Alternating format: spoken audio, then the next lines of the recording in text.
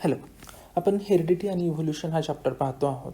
आपण इव्होल्युशन म्हणजे काय, म्हणजे इव्होल्युशनची डेफिनेशन पाहिली. त्याच्यानंतर आपण एव्हिडन्सेस पाहायला सुरुवात केली आहे. त्यातले 3 एव्हिडन्सेस पाहिले आपण. पहिला एव्हिडन्स होता मॉर्फॉलॉजिकल, म्हणजे त्यांच्या दिसण्यामध्ये असणारं साम्य.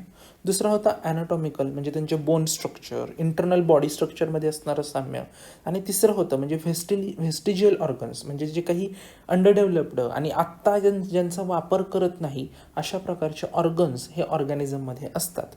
या 3 इव्हिडन्सेसवरून आपल्याला दिसून येतं की evolution is a true phenomena. हे जे टेलबोन आहे हे तर खूप मोठा एव्हिडन्स आहे की आपल्यालाही कधी पूर्वी शेपटी होते. ओके, सो आता आपण पुढचे एव्हिडन्सेस पाहणार आहोत. 4th एव्हिडन्स आहे palaeontological evidence. So what do you mean by palaeontology? तर पॅलिओन्टॉलॉजी म्हणजे फॉसिल्सचा अभ्यास. कशाचा अभ्यास? फॉसिल्स. मग फॉसिल म्हणजे काय? फॉसिल्सचा अभ्यास. तर फॉसिल्स म्हणजे काय? तर फॉसिल्स म्हणजे जे काही जुने प्राण्यांचे अवशेष राहिलेले आहेत, जे पृथ्वीमध्ये खोल गाडले गेलेले आहेत, असे जे अवशेष आहेत त्यांचा अभ्यास या पॅलिओन्टॉलॉजीमध्ये आपण करतो. मग हा अभ्यास कसा केला जातो? कशा प्रकारे त्यांचं वय आपल्याला सापडतं? हे वय काढणं हे फार महत्त्वाचं असतं. एखाद्या प्राण्याच्या वयावरून ती प्रजात किती वर्षांपासून अस्तित्वात आहे किंवा किती वर्षापूर्वी अस्तित्वात होती हे आपल्याला समजतं. मग हे वय कसं काढलं जातं? तर त्याच्यासाठी वापरली जाणारी मेथड आहे कार्बन डेटिंग. ओके, तुम्ही मागच्या वर्षी रेडिओ ॲक्टिव्हिटी शिकलेल्या आहात, बरोबर? तर रेडिओ ॲक्टिव्हिटी म्हणजे काय? तर काही एलिमेंट्स असे आहेत नेचरमध्ये आढळणारे, उदाहरणार्थ युरेनियम, जे स्पॉन्टॅनियसली, युरेनियम 92चा ॲटम स्पॉन्टॅनियसली एनर्जी रिलीज करत असतो. एनर्जी रिलीज करतो, त्याच्यासोबत त्याचं मास पण कमी कमी कमी होत जातं. ओके, याला म्हणतात radio active decay. Okay, radio active decay. तर रेडिओ ॲक्टिव्ह डिके हा फक्त काही युरेनियममध्येच होतो असं नाही, अनेक प्रकारचे वेगवेगळे इलेमेंट्स आहेत. आता कार्बनचा पण एक असा आयसोटोप आहे. आपल्याला माहिती आहे जनरल कार्बन जो आहे तो असतो C12 नावाचा कार्बन. आपण शिकूया मागच्या वर्षी, कार्बन कंपाऊंड्सचा चॅप्टर होता आपल्याला सेपरेट. तर कार्बन 12 हा एक आयसोटोप आहे, कार्बन 13 हा एक आयसोटोप आहे आणि कार्बन 14 हा एक आयसोटोप आहे. काय फरक असतो आयसोटोपमध्ये? आठवा, काय म्हटलं होतं आपण की एक न्यूट्रॉन वाढत जातो. ठीक आहे, तर त्यातला हा जो कार्बन 14 नावाचा आयसोटोप आहे तो रेडिओ ॲक्टिव्ह आयसोटोप आहे. कार्बन 14 काय आहे? Radio active isotope. म्हणजे काय? तर कार्बन 14 हा हळूहळू डिके होत जातो. ओके, मग ह्याचा काय उपयोग होतो? तर एक लक्षात घ्या, प्लांट्स जो CO2 घेतात, त्यातला कार्बन जो आहे, या CO2 मधला कार्बन हा कार्बन 14 असतो. हा काय असतो? कार्बन 14 असतो. आणि जे कॉस्मिक रेज आहेत ते कॉस्मिक रेज काय करतात? आपल्या एन्व्हायरमेंटचं, आपल्या वातावरणाचं आयनायझेशन करतात आणि त्याच्यातून हा कार्बन 14 तयार होत असतो. तर हा जो कार्बन 14 आहे तो प्लांट्स घेतात CO2 फोटोसिंथेसिसच्या प्रोसेसमध्ये, माहिती आपल्याला. आणि तोच कार्बन आपण आपल्या अन्नातून घेत असतो, तोच कार्बन आपण आपल्या जेवणातून घेत असतो. सगळे प्राणी जेव्हा प्लांट्स कन्झ्युम करतात तेव्हा हा कार्बन घेत असतात. म्हणजे आपल्या शरीरामध्ये 2 प्रकारचे कार्बन अस्तित्वात आहेत, C12 आणि C14. ठीक आहे, तर यांचं काही एक ठराविक प्रमाण असतं. ओके, तर प्राणी जेव्हा जिवंत असतो तेव्हा काय होत असतं? तर एकतर C14 तो कन्झ्युम करतो, शिवाय C14चा डिके होत असतो, रेडिओ ॲक्टिव्ह डिके होत असतो. ओके, पण जेव्हा प्राणी डेड होतो, मरतो, तेव्हा काय होतं? तर C14 कन्झ्युम जे करत असतो ते C14 कन्झम्शन एंड्स. त्याचं कन्झम्शन जे असतं ते थांबतं, पण डिके मात्र सुरूच राहतो. आपोआप होणारा डिके सुरूच राहतो. याच्यामुळं C14चं प्रमाण कमी व्हायला लागतं. त्या प्राण्यामधून C14चं प्रमाण कमी व्हायला लागतं. तर हे प्रमाण आपल्याला ओळखता येतं. किती प्रमाण कमी झालं तर त्या प्राण्याचं वय किती? आपल्याला माहिती आहे की साधारण C14चं एक सॅम्पल आहे, सपोज 1 kgचं. तर 1 kgचं सॅम्पल निम्म होण्यासाठी साधारण 5,000 वर्ष लागतात, 5,000 इयर्स. ओके, हाफ लाईफ म्हणतात. ओके, तर 1 kgचं डिक्रीज होऊन 0.5 kg येण्यासाठी 5,000 इयर्स लागतात. या 0.5 kgचं पुन्हा डिके व्हायचं असेल ना, तर आणखी 5,000 इयर्स लागतात या 5,000 kgचं 0.25 kg यायला. ओके, सो असं 5,000 इयर हे हाफ लाईफ आहे. आणि जेवढं ते कमी झालेलं असेल, C14चं प्रमाण जेवढं कमी झालं तेवढी वर्ष पूर्वी हा प्राणी अस्तित्वात होता हे आपल्याला समजतं. शिवाय आणखी एक असतं की त्या प्राण्यामध्ये C12 आणि C14ची मात्रा किती आहे, किती प्रमाण आहे, याचा एक रेशिओ काढतो आपण, C12 to C14 रेशिओ. हा रेशिओवरून पण आपल्याला त्या प्राण्याचं वय काढता येतं.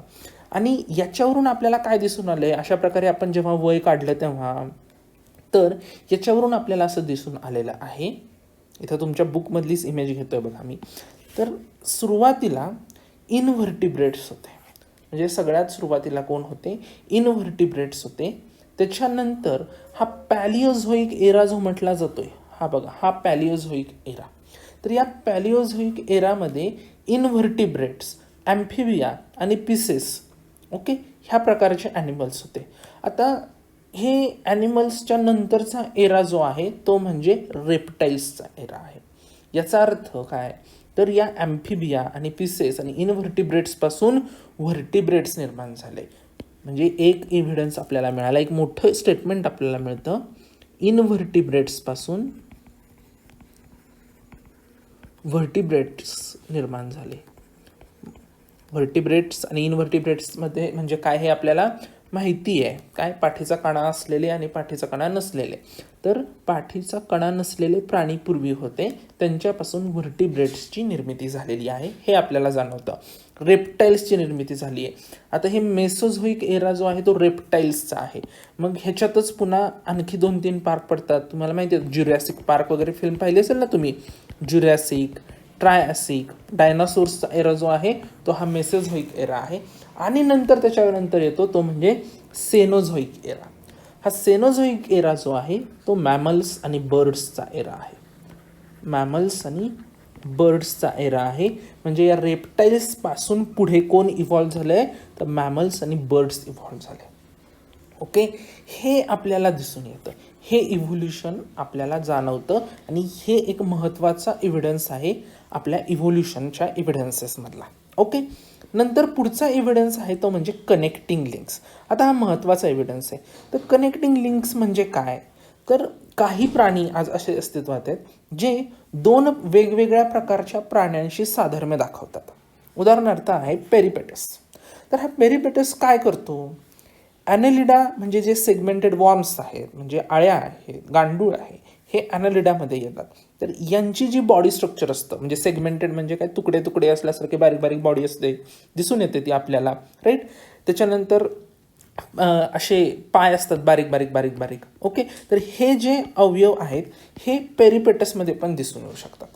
पण जे आर्थ्रोपोडा आहेत, ते आर्थ्रोपोडा म्हणजे कोण, तर फुलपाखरू, त्याच्यानंतर विंचू, खेकडे, ह्यासारखे प्राणी जे आहेत त्यांच्यामध्ये ट्रॅकियल रेस्पिरेशन म्हणजे रेस्पिरेटरी ट्रॅक आहे त्यांना.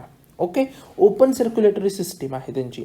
अशा प्रकारचे वैशिष्ट्ये जी आर्थ्रोपोडाची आहेत ती वैशिष्ट्यसुद्धा आपल्याला पेरिपेटसमध्ये दिसून येतात. याचा अर्थ काय, तर ॲनेलिडा आणि आर्थ्रोपोडा हे एकमेकांच्या जवळचे आहेत. ॲनेलिडा टू आर्थ्रोपोडा हे इव्हॉल्युशन जेव्हा झालं त्यांच्यामधली एक स्टेप म्हणजे पेरिपेटस हा प्राणी आहे. म्हणजे काय आहे, हे कनेक्टिंग लिंक आहे. सो हा एक महत्त्वाचा एव्हिडन्स आहे. अजून अशी काही उदाहरणं आहेत का, तर येस, तर डगबिल प्लेटिपस नावाचा एक प्राणी आहे. तर तो काय करतो, त्याचं रिप्रोडक्शनची जो पद्धत आहे ती अंडी घालतो तो, एग्ज, लेईंग एग्ज ही त्याची रिप्रोडक्शनची मेथड आहे. पण मॅमल्ससारखं त्याच्याकडे मॅमरी ग्लँड्स पण आहेत. शिवाय मॅमल्स जे आहेत ते केसाळ प्राणी असतात. रेप्टाईल्स आर नॉट हेअरी, पण मॅमल्स जे आहेत त्यांच्या अंगावर केस मोठ्या प्रमाणात असतात. तर प्लॅटिपस जो आहे, डगबिल प्लॅटिपस, त्याच्या अंगावर केस आहेत, त्याच्याकडे मॅमरी ग्लँड्स आहेत, पण तो अंडी घालतो. तो काही जन्म देत नाही बाळाला डिरेक्टली.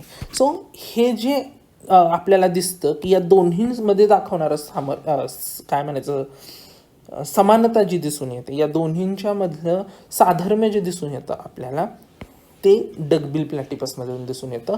आणि हे पण आपल्याला जाणवतं की रेप्टाइल्स आणि मॅमल्स यांच्यामधली एक स्टेप म्हणजे कोण आहे, डकबिल प्लॅटिपस आहे. ओके, सो ही कनेक्टिंग लिंक झाली.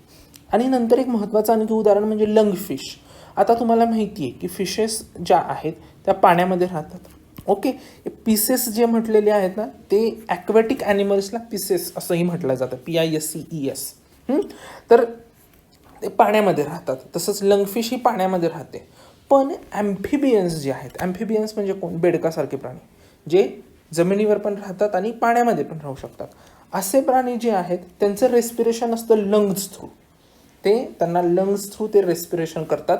तर तशा प्रकारचं रेस्पिरेशन हे लंगफिश दाखवते. ती पाण्यामध्ये राहते, इट इज नॉट ॲम्फिबियन, पण रेस्पिरेशन मात्र लंग्स थ्रू करते. याचा अर्थ ती कनेक्टिंग लिंक आहे वॉटरी ॲनिमल्स जे आहेत, ॲक्वॅटिक लाईफ आणि ॲम्फिबियन्स यांच्यातली कनेक्टिंग लिंक म्हणजे लंगफिश आहे.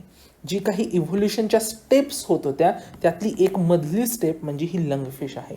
हे आपल्याला इव्होल्युशनचा एक महत्त्वाचा एव्हिडन्स आहे, तो म्हणजे या कनेक्टिंग लिंक्स. दोन वेगवेगळ्या प्रकारच्या ॲनिमल्सच्या मधले प्रॉपर्टीज दाखवणारे, फीचर्स दाखवणारे काही ॲनिमल्स आपल्याला आजसुद्धा दिसतात. ठीक आहे. आणि सगळ्यात महत्त्वाचा 6वा एव्हिडन्स जो मला वैयक्तिक फार भावतो तो म्हणजे एम्ब्रिओलॉजिकल एव्हिडन्स. एम्ब्रिओ म्हणजे काय, अर्भक.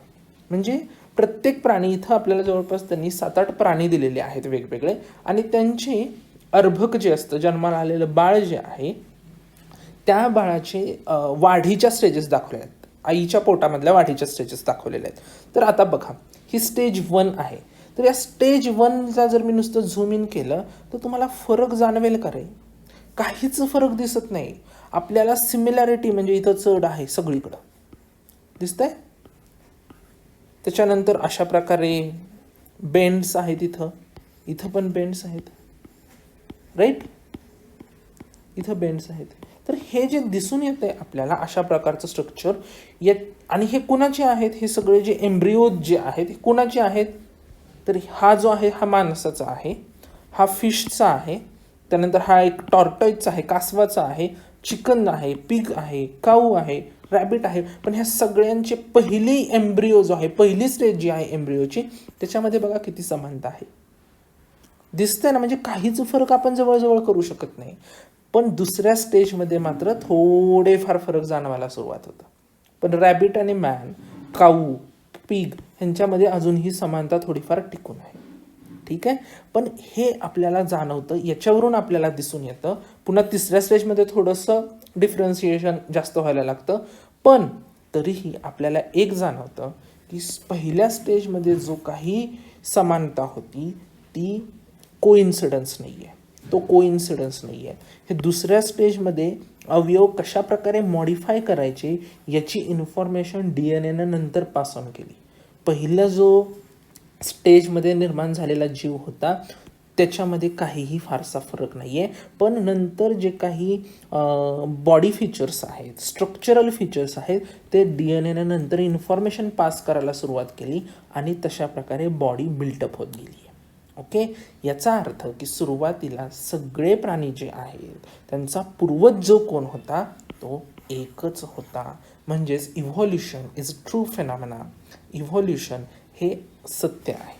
ओके, हे 6 एव्हिडन्सेस आपण पाहिलेले आहेत. पुढच्या लेक्चरमध्ये इव्हॉल्युशनचे काही आक्षेप, इव्हॉल्युशनच्या थेअरीमध्ये डार्विनचं काय म्हणणं होतं, नॅचरल सिलेक्शनबद्दल तो काहीतरी बोलत होता, त्याच्याबद्दल